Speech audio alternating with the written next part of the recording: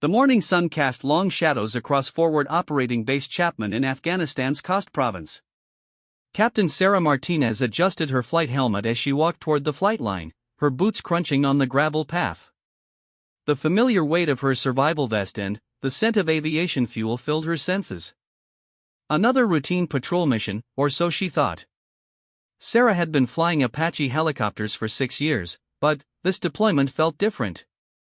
The intelligence reports coming through were fragmented and concerning. Taliban forces had been moving with unusual coordination across the region, and American ground units were increasingly finding themselves outmaneuvered and outnumbered. At 28, Sarah was one of the youngest captains in the 1st Attack Reconnaissance Battalion. She'd earned her wings through sheer determination, graduating second in her flight school class despite facing skepticism from instructors who questioned whether women belonged in attack helicopters. Her call sign Viper had been earned during a training exercise where she'd successfully engaged 16 simulated targets in a single run, a battalion record that still stood.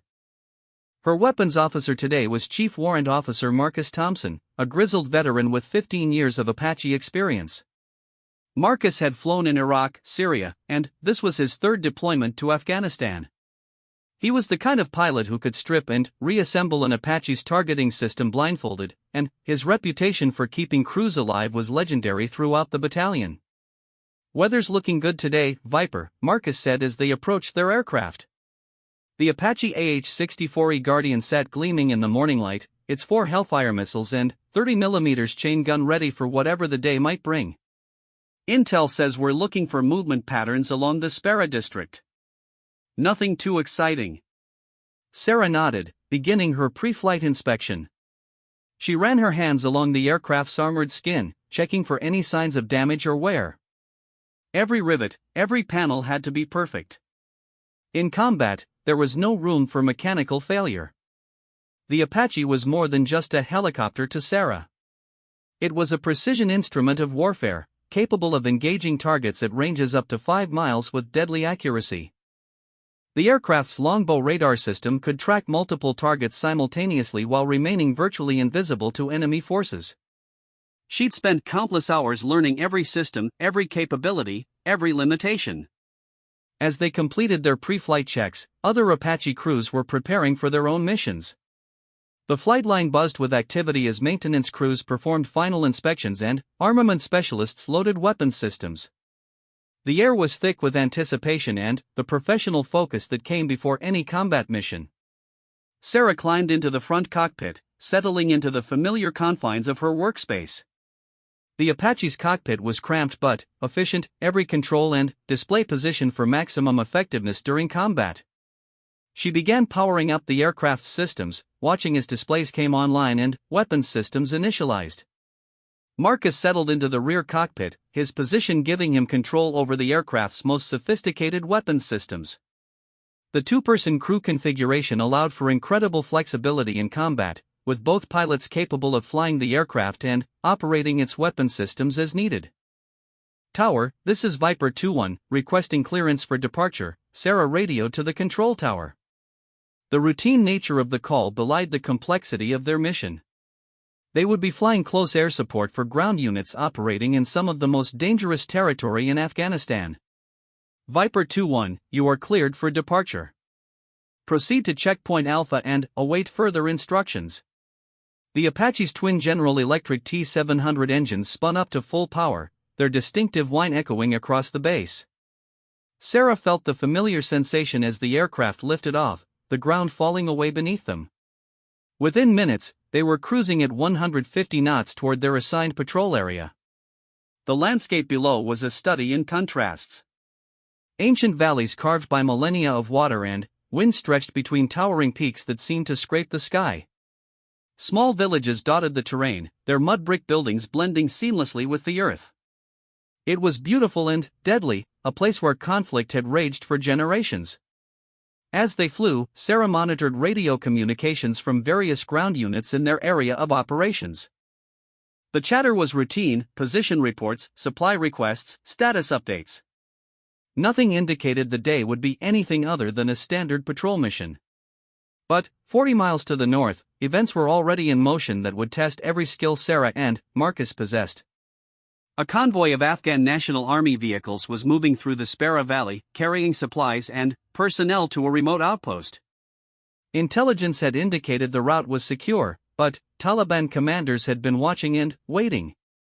The ambush began at precisely 0847 hours. Improvised explosive devices detonated under the lead vehicle, disabling it and blocking the narrow mountain road. Immediately, small arms fire erupted from concealed positions on both sides of the valley. The convoy was trapped in a classic L-shaped ambush with nowhere to retreat. Staff Sergeant Michael Rodriguez, the convoy commander, grabbed his radio handset as bullets shattered the windshield of his vehicle. His training kicked in as he assessed the situation and began calling for support. Any station, this is Convoy Lima 7. We are under heavy attack at grid reference 4179235. Request immediate close air support. We have casualties and are taking effective fire from multiple positions.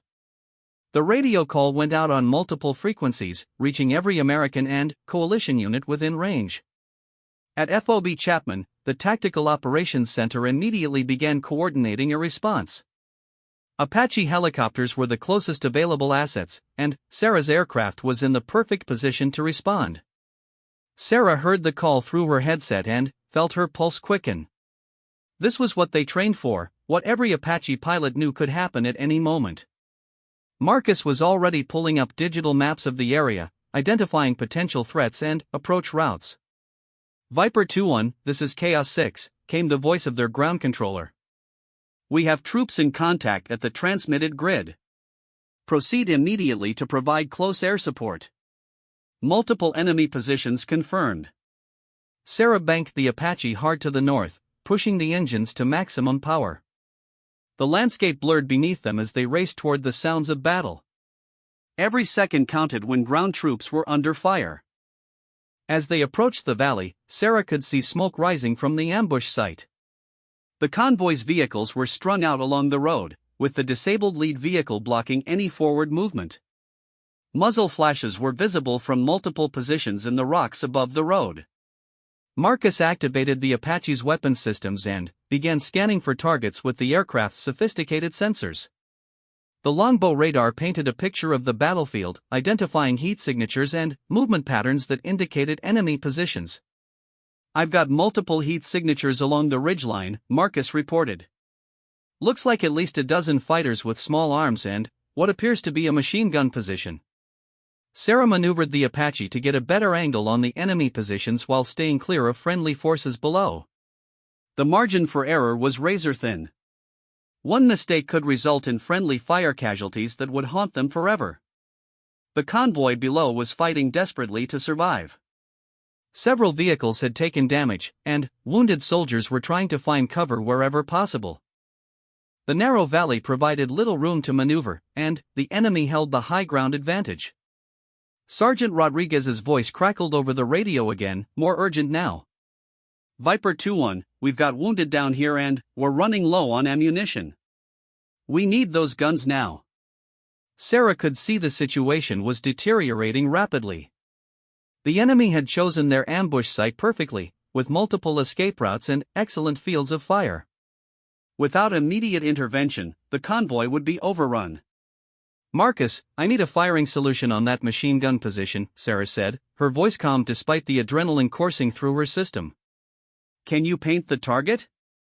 Marcus worked his controls with practiced efficiency, using the Apache's targeting system to lock onto the enemy machine gun position.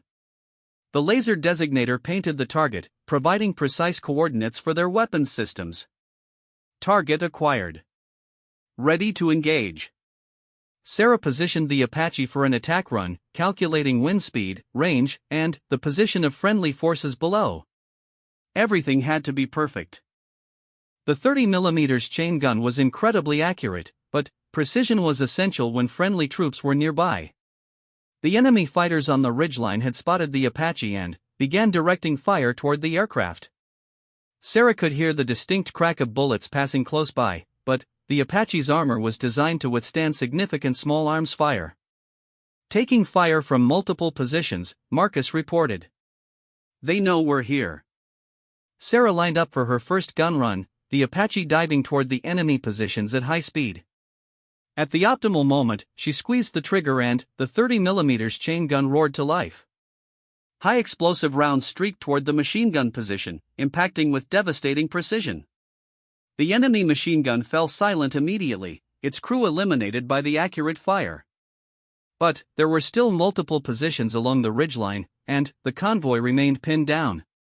Marcus switched to the Hellfire missile system, targeting a cluster of fighters who had taken cover behind a large boulder formation. The AGM-114 Hellfire was designed specifically for precision strikes against fortified positions. Missile away, Marcus announced as the Hellfire streaked toward its target. The explosion echoed through the valley as the missile found its mark, eliminating another enemy position. But, even as they engaged these targets, Sarah noticed something troubling. More enemy fighters were moving into position along the valley walls. What had started as a complex but manageable ambush was evolving into something much larger. "Marcus, we've got movement all along the western ridgeline. This is bigger than intelligence indicated." Marcus confirmed her observation through the targeting system. Heat signatures were appearing throughout the valley as more enemy fighters joined the battle. The convoy below was now facing a force much larger than anyone had anticipated. Sergeant Rodriguez's voice came through the radio again, now edged with desperation. "Viper 2-1, we've got enemy reinforcements moving in from the west. They're trying to flank our position. We need immediate support on the western ridge." Sarah banked the Apache toward the new threats, but she was beginning to realize they were facing a major enemy operation. This wasn't just an opportunistic ambush, it was a carefully planned assault designed to destroy the entire convoy. As they engaged targets along the western ridge, Sarah's radio crackled with a new voice. It was the Battalion Operations Center, and the tone was urgent.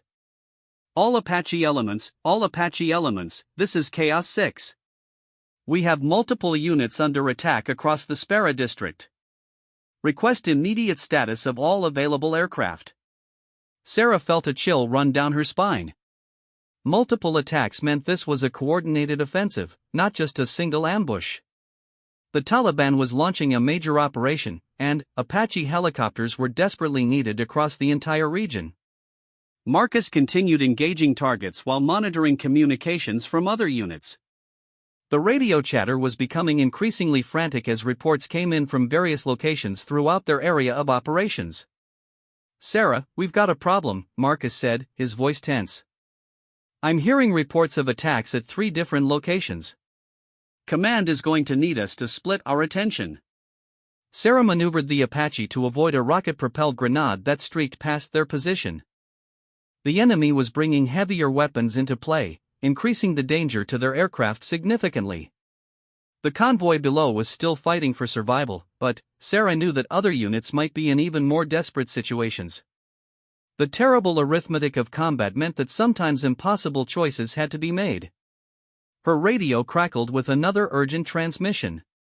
"Viper 2-1, this is Chaos 6. We have another unit in contact 15 miles northeast of your position.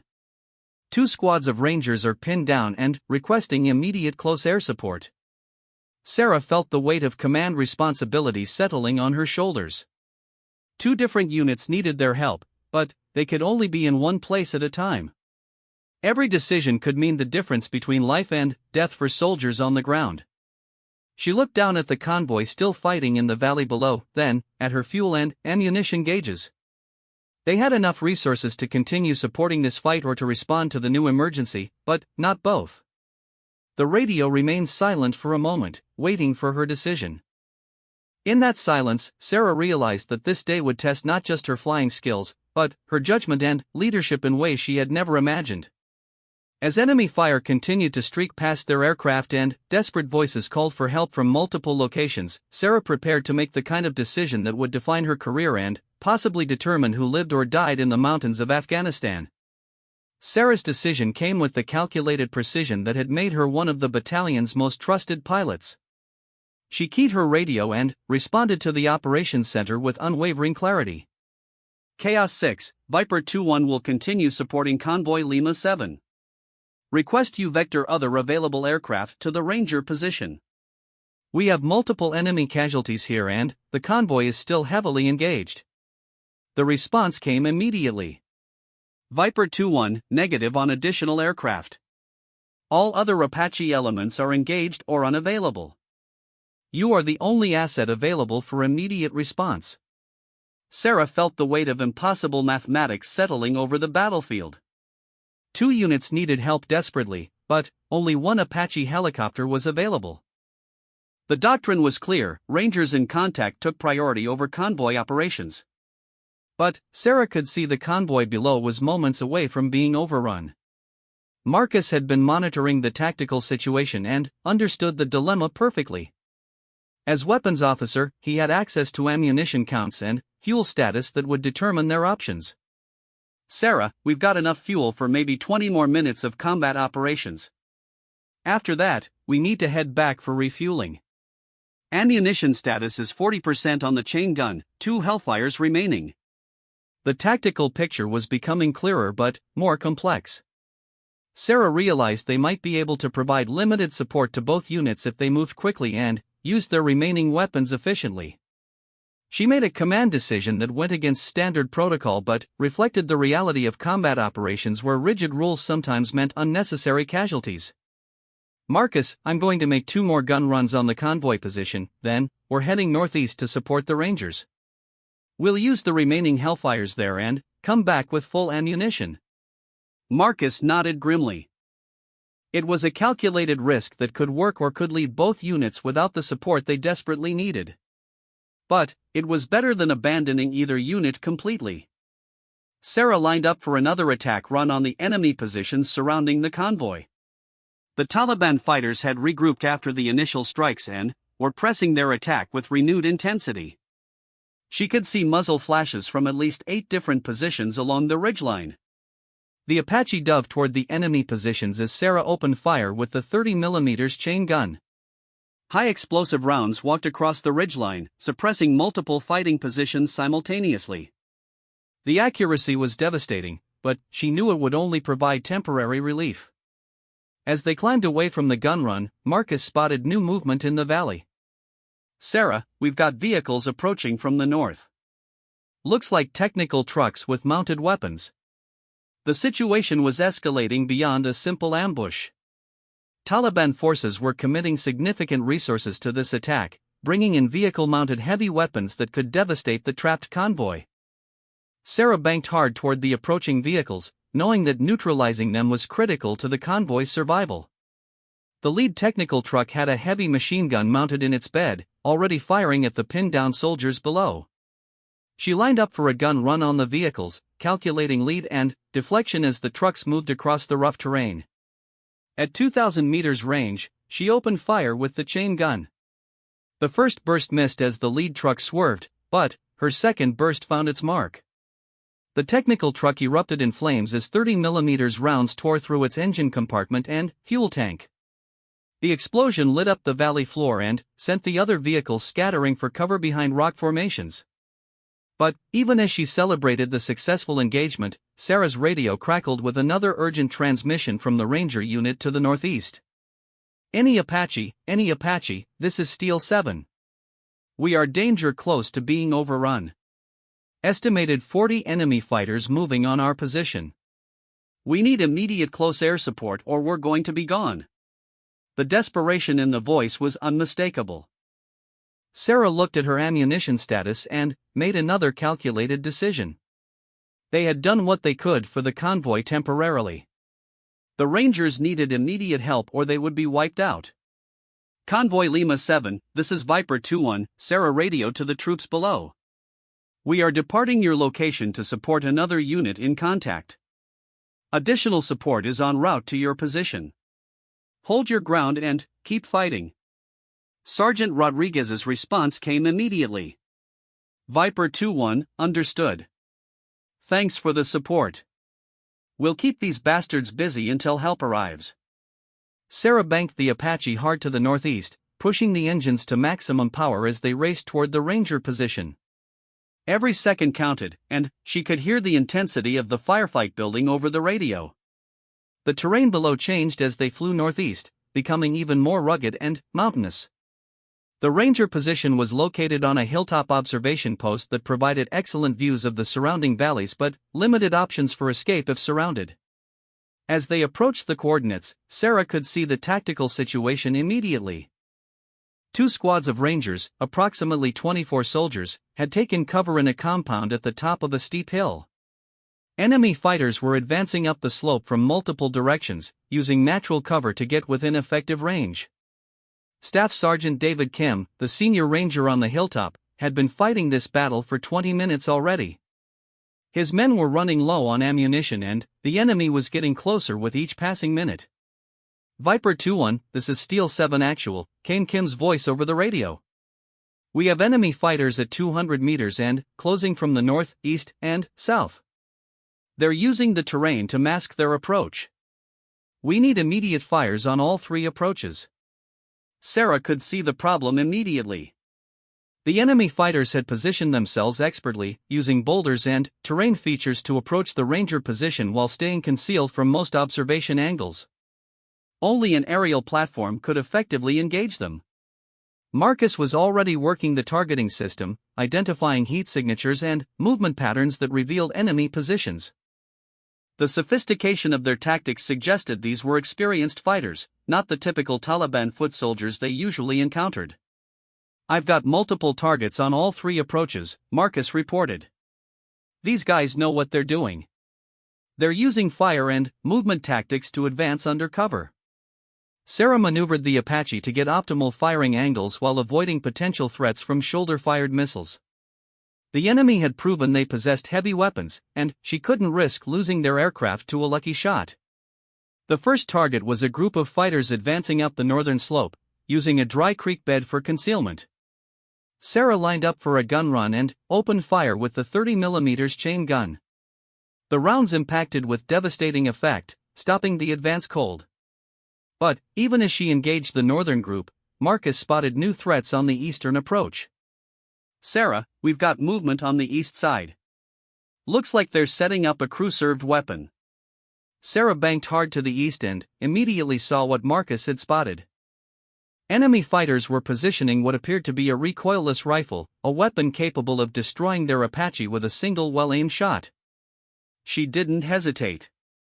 Sarah lined up and fired one of their remaining Hellfire missiles at the weapon position. The explosion echoed across the mountains as the missile eliminated the threat before it could engage their aircraft. The Rangers on the hilltop cheered over the radio as they watched the explosion neutralize the heavy weapon that would have devastated their position. But the battle was far from over. Viper 2-1, this is Steel 7, came Staff Sergeant Kim's voice. Outstanding work on that heavy weapon. But we've still got fighters moving up the south slope. They're about 150 meters out and advancing fast. Sarah checked her ammunition status. One Hellfire missile remaining, and the 30mm ammunition was running critically low. She would have to make every shot count. As she maneuvered to engage the southern approach, her radio crackled with a transmission that made her blood run cold. All stations, this is Chaos 6. We have reports of a major Taliban offensive across the entire Spara district. Multiple forward operating bases are under attack. All available aircraft are requested to return to base immediately for emergency refueling and rearmament. Sarah felt the tactical situation spinning beyond anyone's control. A district-wide offensive meant this wasn't just isolated attacks, it was a coordinated assault designed to overrun American positions throughout the region. But the Rangers below were still fighting for their lives, and abandoning them now would mean certain death for all 24 soldiers. Sarah made another command decision that went against direct orders. Marcus, we're staying until these Rangers are clear. Radio base and tell them we need emergency resupply at this location. We can't abandon these guys. Marcus understood completely.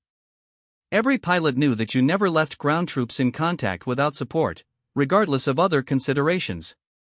He began coordinating with the operations center while Sarah continued engaging enemy positions. The southern approach was the most challenging target yet. The enemy fighters had learned from watching the previous engagements and were using better concealment and movement techniques. They had also spread out more, making it difficult to engage multiple targets with single gun runs. Sarah made several attack runs on the southern slope, carefully placing 30mm rounds to break up the enemy advance without risking friendly fire. The Rangers were positioned just meters away from some of the enemy positions, requiring extraordinary precision. As she completed her fourth gun run, Sarah noticed her fuel gauge was entering the red zone. They had perhaps 10 minutes of flight time remaining before they would be forced to return to base or risk running out of fuel in flight. Marcus had been monitoring communications with their base and turned to deliver news that would change everything. "Sarah, I just got word from operations. They're launching every available Apache in the battalion for emergency response.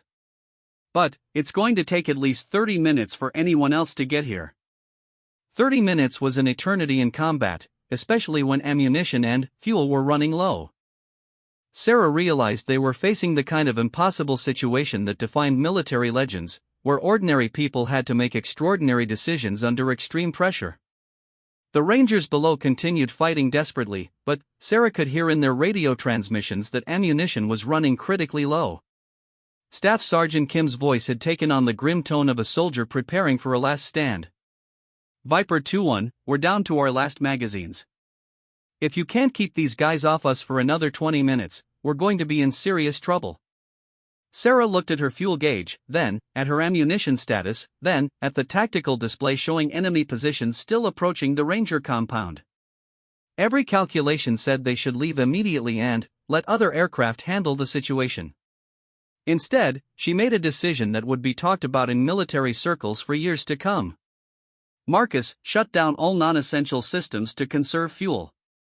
"We're staying with these Rangers until relief arrives, even if we have to land and defend the position on foot." Marcus looked at her with a combination of admiration and concern. What she was proposing was tactically sound but incredibly dangerous. If they ran out of fuel, they would be stranded in enemy territory with limited ammunition and no way to escape. But as Marcus began shutting down non-critical systems to extend their flight time, both pilots knew they were making the only choice that honor would allow. The Rangers below were counting on them, and Apache pilots never abandoned soldiers in need. The radio crackled with another transmission from the Battalion Operations Center, and the news would test their resolve even further. "All Apache elements, be advised that enemy forces have overrun forward operating base Wilson. We have American casualties and the tactical situation is deteriorating rapidly. All aircraft are directed to support the evacuation of FOB Wilson immediately." Sarah felt the weight of command responsibility crushing down on her. Another base was being overrun, more American soldiers were in danger, and their Apache was desperately needed elsewhere.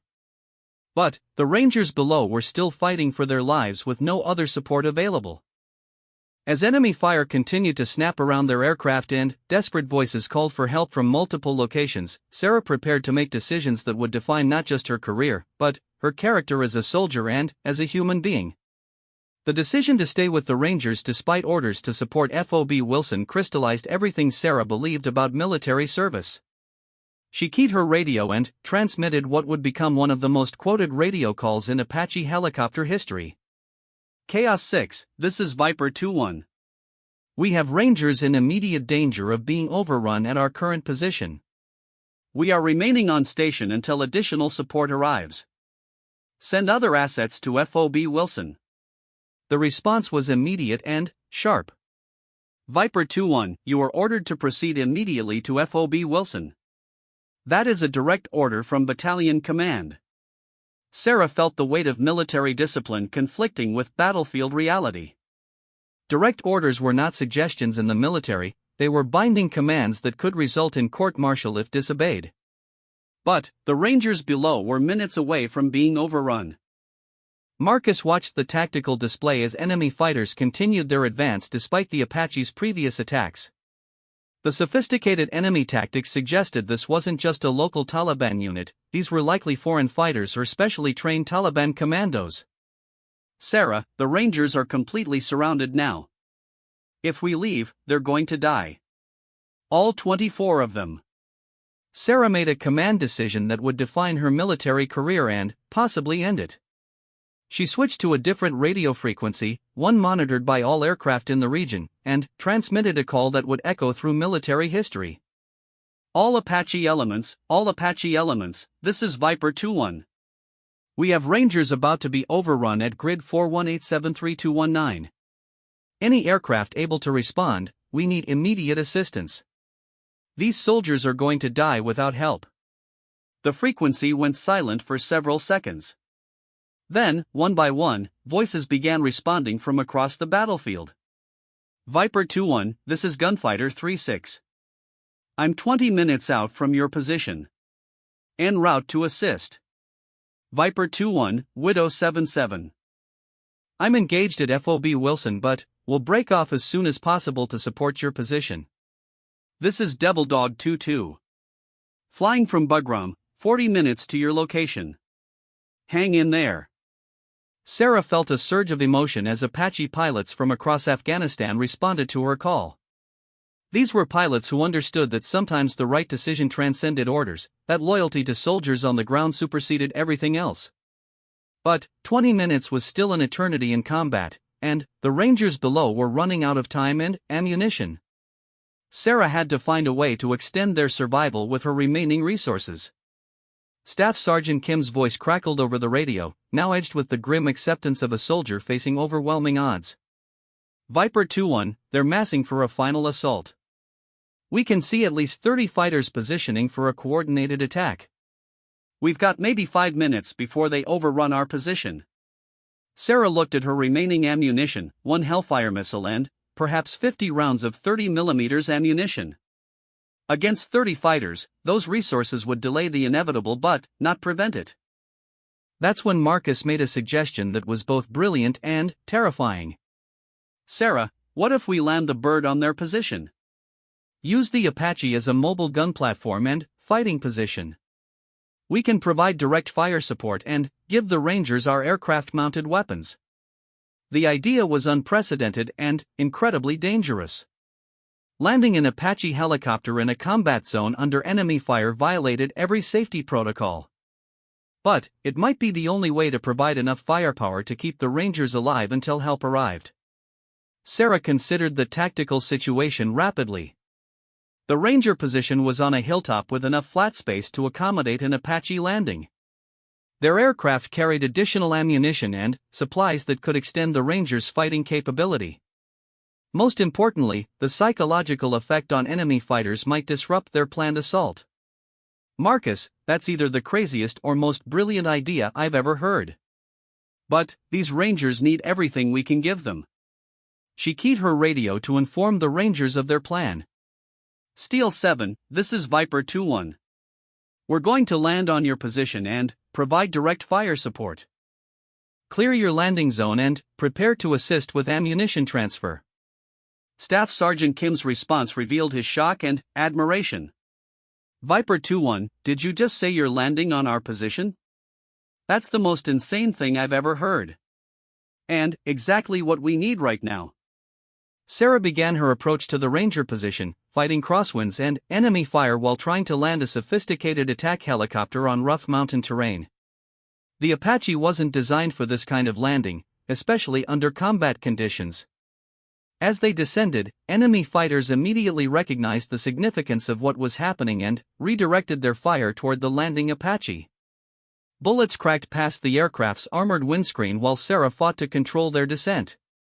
Marcus fired their final Hellfire missile at a concentration of enemy fighters, buying them precious seconds to complete the landing. The missile's explosion temporarily suppressed enemy fire and allowed Sarah to touch down on the rocky hilltop. The moment the Apache's wheels touched ground, Rangers rushed to the aircraft to help transfer ammunition and establish firing positions. The coordination between air and ground forces was seamless, born from shared training and mutual respect.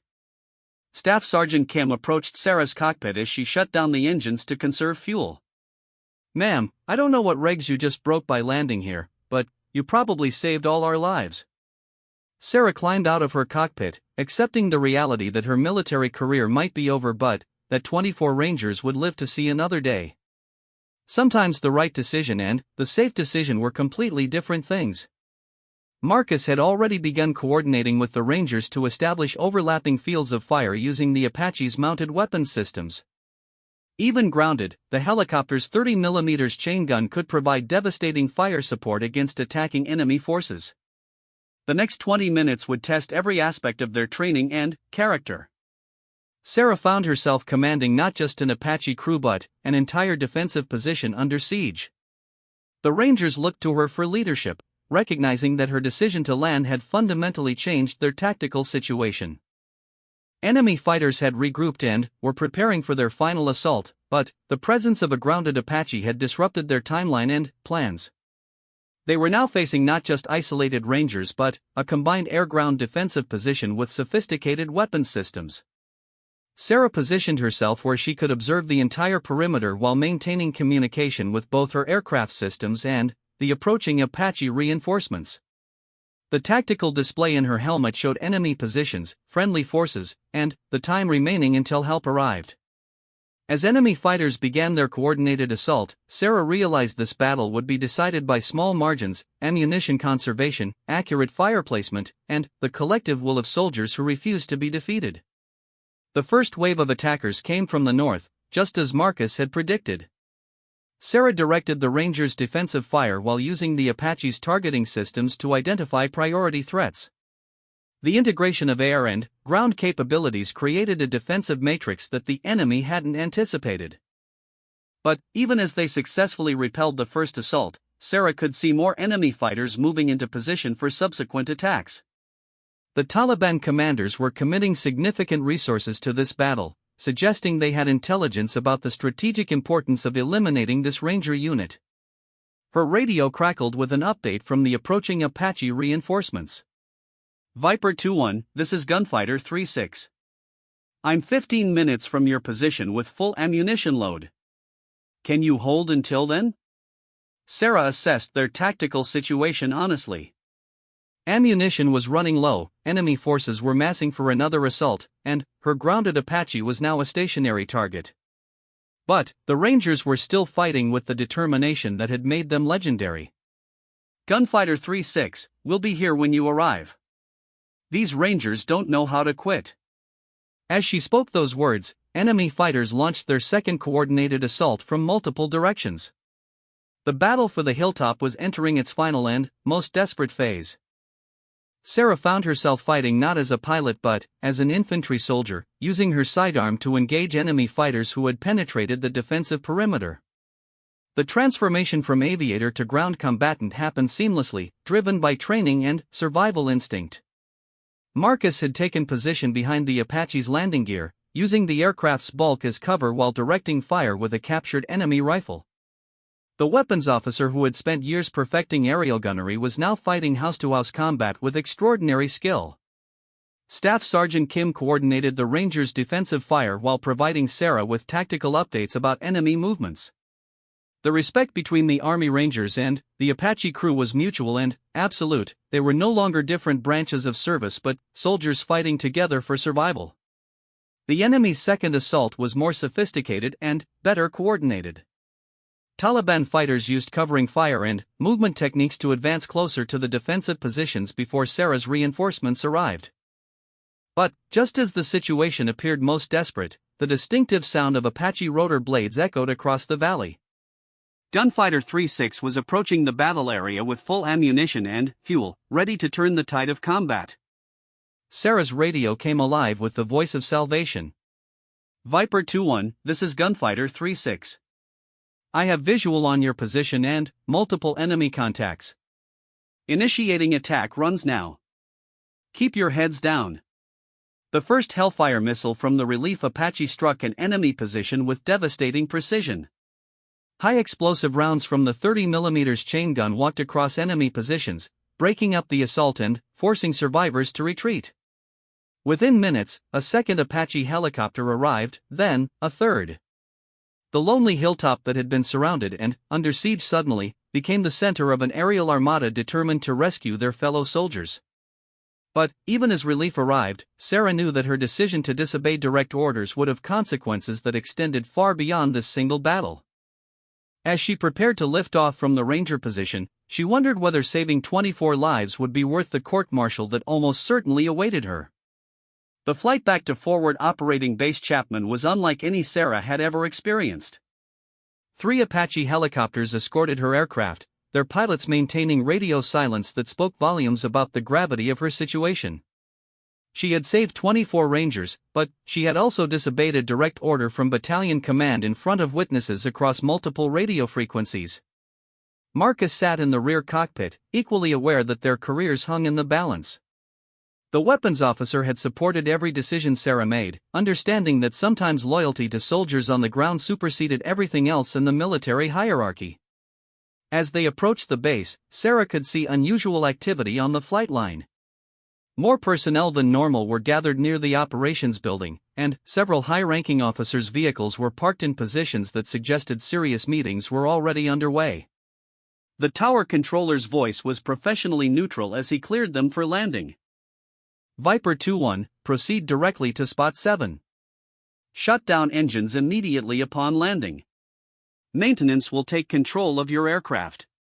The formal language told Sarah everything she needed to know. Her Apache was being impounded pending investigation, and she was being relieved of flight duties effective immediately. As the helicopter settled onto the landing spot, Sarah could see Colonel James Mitchell, the battalion commander, walking across the tarmac toward their aircraft. His expression was unreadable, but the presence of the military police escort told her that this conversation would not be pleasant. Colonel Mitchell had commanded Apache units for 15 years and had seen every conceivable combat situation. But he had never dealt with a pilot who had disobeyed direct orders so publicly while achieving such spectacular tactical success. Sarah shut down the engines and began her post-flight checklist with mechanical precision. Every action was being observed and would likely be scrutinized during whatever proceedings followed. She was determined to maintain professional standards even as her military career unraveled. Marcus completed his own shutdown procedures and turned to face Sarah. Whatever happens next, you made the right call out there. Those Rangers are alive because of what we did.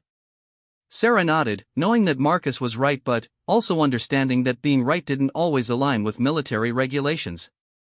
The Army functioned on discipline and following orders, even when those orders seemed wrong at the tactical level. Colonel Mitchell approached their aircraft as Sarah climbed out of the cockpit. His first words surprised her with their directness and lack of immediate condemnation.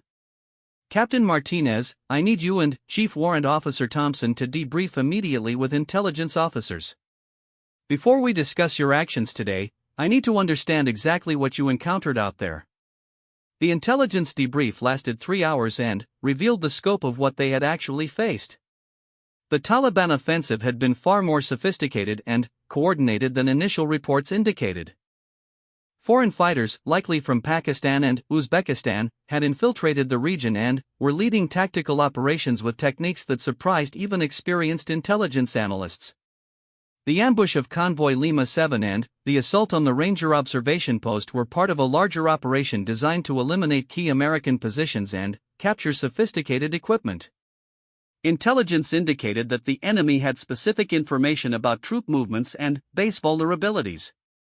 Major Lisa Chen, the battalion intelligence officer, questioned Sarah and Marcus extensively about enemy tactics, equipment, and coordination. Their first-hand observations provided crucial intelligence about the nature of the threat facing American forces in the region. "Captain Martinez, the enemy fighters you engaged were using advanced small unit tactics that suggest formal military training. This wasn't typical Taliban activity. Your decision to remain on station allowed us to gather intelligence that probably prevented additional attacks." Sarah began to understand that her tactical decision had implications beyond saving the Rangers. The intelligence gathered during the extended engagement had revealed enemy capabilities and intentions that would influence future operations throughout the region. But even as the intelligence value became clear, Sarah knew that military discipline couldn't be suspended based on favorable outcomes. She had violated direct orders in front of multiple witnesses, and consequences were inevitable. Colonel Mitchell finally addressed the disciplinary aspects of her actions during a private meeting in his office. The battalion commander's approach was more nuanced than Sarah had expected. "Captain Martinez, you put me in an impossible position today. You disobeyed direct orders, potentially compromised other operations, and set a precedent that could undermine military discipline throughout this battalion." Sarah accepted the criticism without attempting to justify her actions. She had made her decision based on the tactical situation, and she was prepared to accept whatever consequences resulted. However, Colonel Mitchell continued, "Your tactical judgment was sound, your execution was flawless, and you saved the lives of 24 American soldiers. The preliminary investigation suggests you made the best possible decision given the information available to you at the time." The colonel's words revealed the complexity of military leadership at the tactical level. Sometimes the right decision and the regulation decision were completely different, and senior officers had to balance competing priorities. "Sir, I understand the disciplinary implications of my actions. I was prepared for that when I made the decision to stay with the Rangers. I'll accept whatever consequences you determine are appropriate." Colonel Mitchell studied Sarah carefully, seeing qualities that had made her an exceptional pilot but also recognizing the challenges her decision-making style would create in a hierarchical organization. "Captain Martinez, I'm recommending you for the Silver Star for your actions today. I'm also initiating a formal investigation into your failure to follow direct orders. Both recommendations will go forward simultaneously." Sarah felt the strange contradiction of military service crystallizing in that moment. She could be simultaneously recommended for the military's third highest decoration for valor and face court-martial for the same actions. The investigation that followed would take 6 weeks and involve testimony from every pilot and ground unit involved in the day's operations. The Army's Judge Advocate General's office would examine every aspect of Sarah's decisions, from her initial response to the convoy ambush to her unprecedented decision to land an Apache helicopter in a combat zone. Staff Sergeant Kim and his Rangers submitted statements that praised Sarah's actions without reservation. Their testimony made clear that all 24 Rangers would have been killed without the Apache crew's intervention.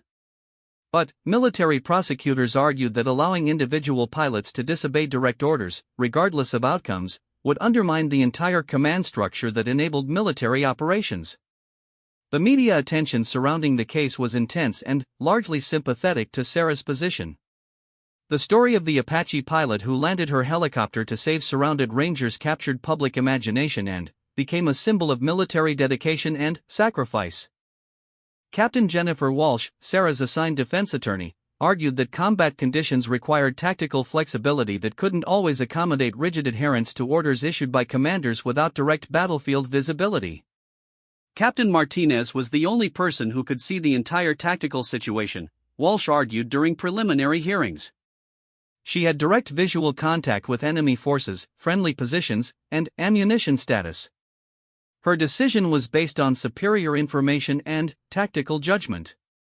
The prosecution's case focused on maintaining military discipline and the dangerous precedent of allowing individual officers to make strategic decisions based on their personal assessment of situations. Lieutenant Colonel David Harrison, the lead prosecutor, made clear that the case transcended Sarah's individual actions. "If we allow officers to disobey direct orders when they believe their tactical judgment is superior, we undermine the entire command structure that makes military operations possible." As the investigation progressed, details emerged about the broader Taliban offensive and the strategic implications of the day's battles. Intelligence analysis confirmed that the enemy operation had been designed to capture an Apache helicopter and its sophisticated technology for analysis by foreign intelligence services.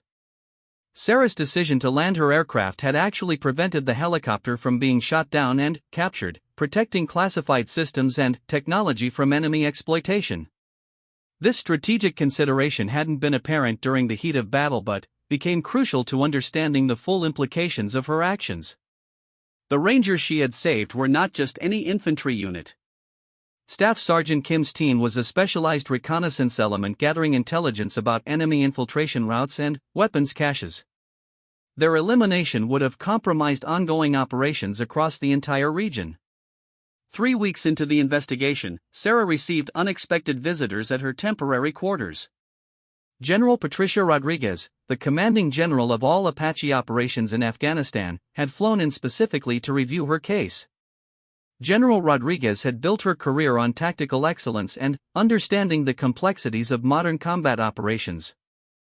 Her visit suggested that Sarah's case had attracted attention at the highest levels of military command. Captain Martinez, your actions have created significant discussion at every level of command. Some officers see you as a hero who exemplifies everything positive about military leadership. Others see you as a dangerous precedent who threatens military discipline. The general's assessment was brutally honest and reflected the genuine complexity of the situation.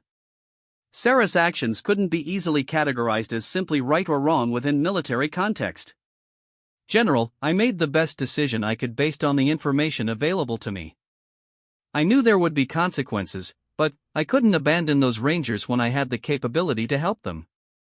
General Rodriguez studied Sarah with the intensity of someone who had made similar difficult decisions throughout her own career. The general's response would influence not just Sarah's future but how the military approached tactical decision-making in complex combat situations. Captain Martinez, the preliminary investigation indicates you demonstrated exceptional tactical judgment under extreme pressure. However, your failure to follow direct orders cannot be ignored, regardless of the positive outcomes.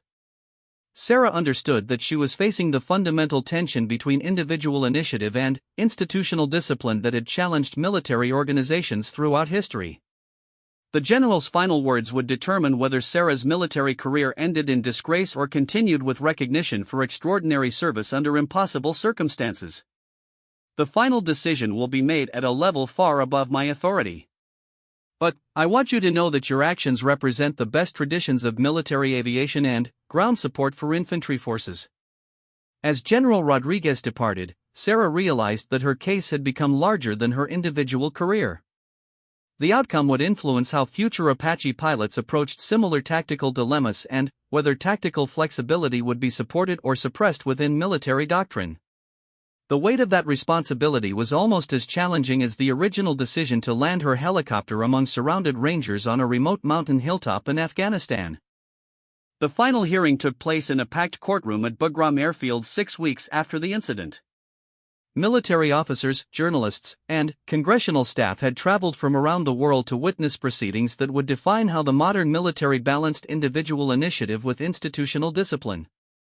Sarah entered the courtroom wearing her dress uniform with all decorations except the Silver Star she had been recommended for but not yet awarded. The irony of potentially receiving the military's third highest honor while facing court-martial proceedings was not lost on anyone present.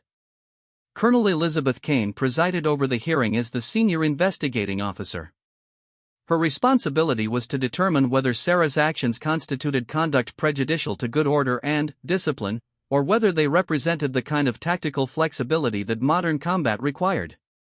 The prosecution's case was straightforward and focused on the fundamental importance of following orders in military operations. Lieutenant Colonel Harrison methodically presented evidence that Sarah had received clear, unambiguous orders to proceed to FOB Wilson and had deliberately chosen to disobey those orders.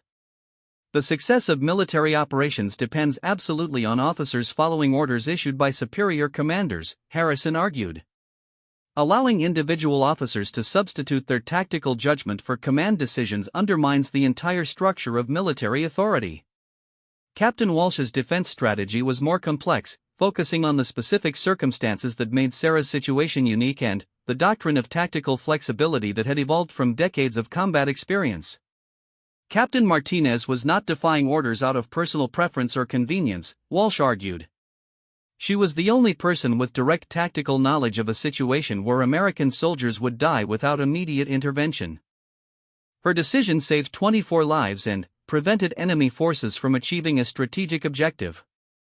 The testimony phase of the hearing lasted 3 days and included witnesses from every level of command, from the Rangers who had been saved to general officers responsible for regional strategy.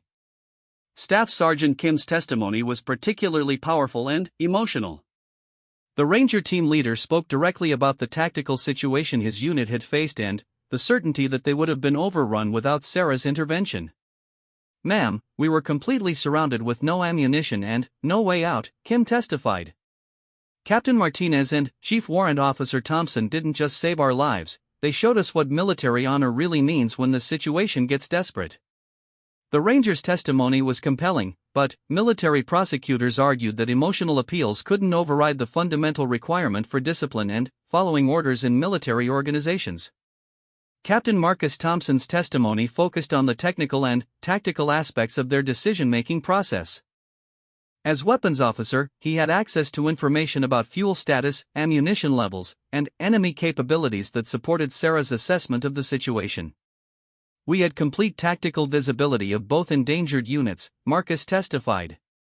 Captain Martinez made the only decision that could save American lives given our available resources and the tactical timeline. The most dramatic moment in the hearing came when Colonel Mitchell was called to testify about his orders and his assessment of Sarah's actions. The battalion commander faced the difficult position of defending military discipline while acknowledging the effectiveness of Sarah's tactical decisions. I issued clear orders for Captain Martinez to proceed to FOB Wilson, Mitchell testified. However, I now understand that she possessed tactical information that was not available to me when I issued those orders. Her decision to remain with the endangered Rangers was tactically sound and strategically valuable. The colonel's testimony revealed the complexity of modern military command, where rapid tactical developments could make centralized orders obsolete before they could be effectively implemented. General Rodriguez provided testimony about the strategic implications of the day's events and the intelligence value of the extended engagement with enemy forces. Her words carried significant weight given her position and experience. Captain Martinez's actions provided crucial intelligence about enemy capabilities and intentions that influenced our operational planning for months afterward, the general testified. Her tactical decisions prevented the loss of sophisticated equipment and eliminated key enemy personnel. The defense's most powerful witness was an unexpected one. Colonel Sarah Chen, a military ethicist and professor at West Point, had been called to provide expert testimony about the moral and philosophical dimensions of military decision-making under extreme pressure. Military officers are trained to think independently and make tactical decisions based on available information, Professor Chen testified. Captain Martinez faced an impossible choice between competing military values, following orders versus saving American lives. Her decision prioritized the fundamental mission of protecting fellow soldiers. The prosecution's rebuttal focused on the practical implications of allowing individual officers to override command decisions based on their personal assessment of tactical situations. If every officer feels empowered to disobey orders when they believe their tactical judgment is superior, military operations become impossible to coordinate, Lieutenant Colonel Harrison argued in closing statements.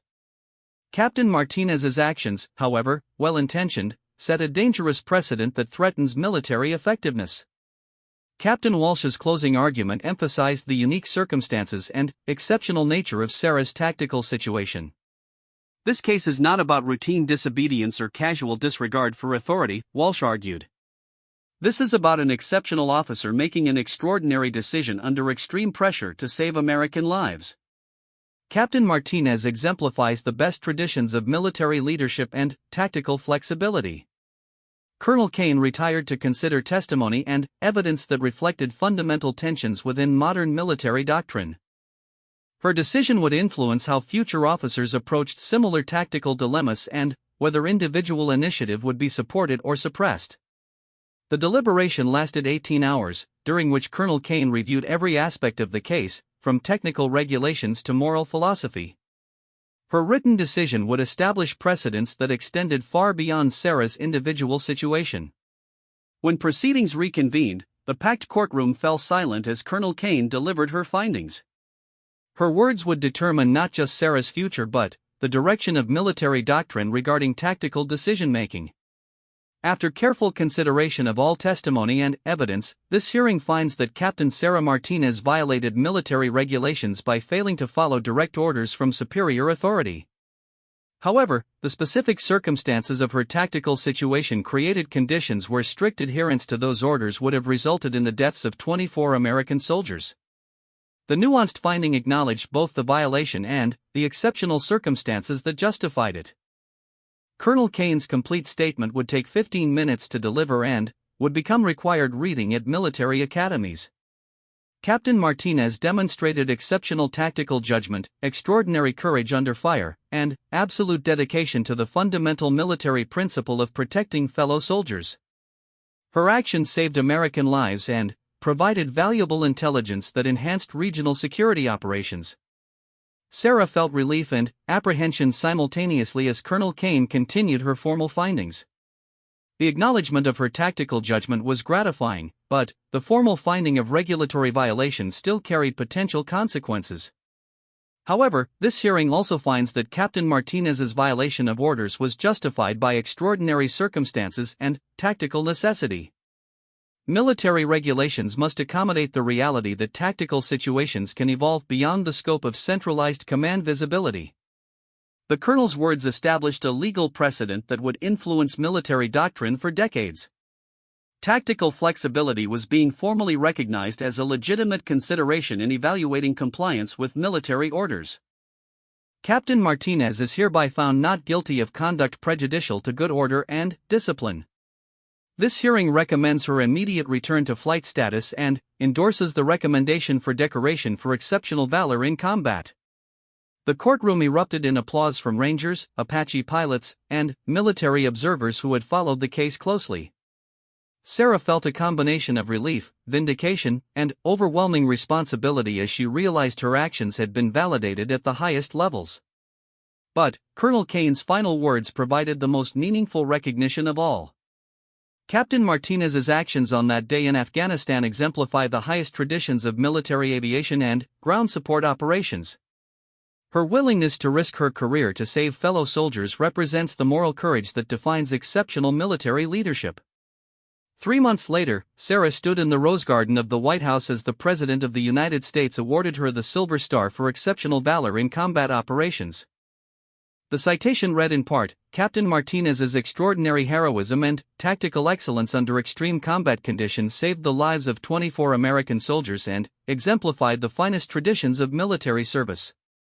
The ceremony was attended by all 24 Rangers she had saved, along with their families. Staff Sergeant Kim served as her escort during the ceremony, a tradition that honored the bond between air and ground forces. But, for Sarah, the most meaningful moment came not during the formal ceremony but afterward, when a young Apache pilot approached her with a question that would define her legacy. "Ma'am, I'm deploying to Afghanistan next month. If I face a similar situation, how do I know what the right decision is?" Sarah's answer would be quoted in military leadership courses for years to come.